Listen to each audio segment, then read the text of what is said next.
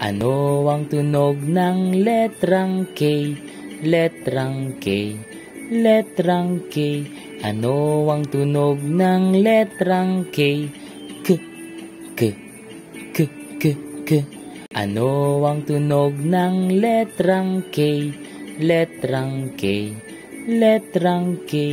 Ano ang tunog ng letrang K? K, K, K, K, K.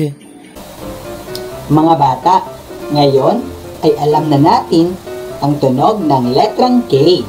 Ito ay may tunog na ka, ka, ka. Ngayon naman, alamin natin ang mga bagay na nagsisimula sa letrang K o may tunog na ka, ka, ka.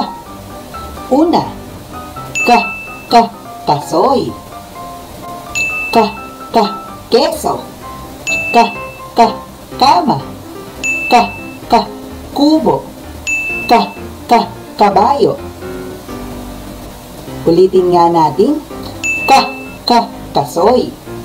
Ka, ka, keso. Ka, ka, kama. Ka, ka, kubo. Ka, ka, kabayo. Magaling mga bata. Tandaan na, ang tunog ng letrang K ay ka, ka, ka. Hanggang sa muli, paalam mga bata!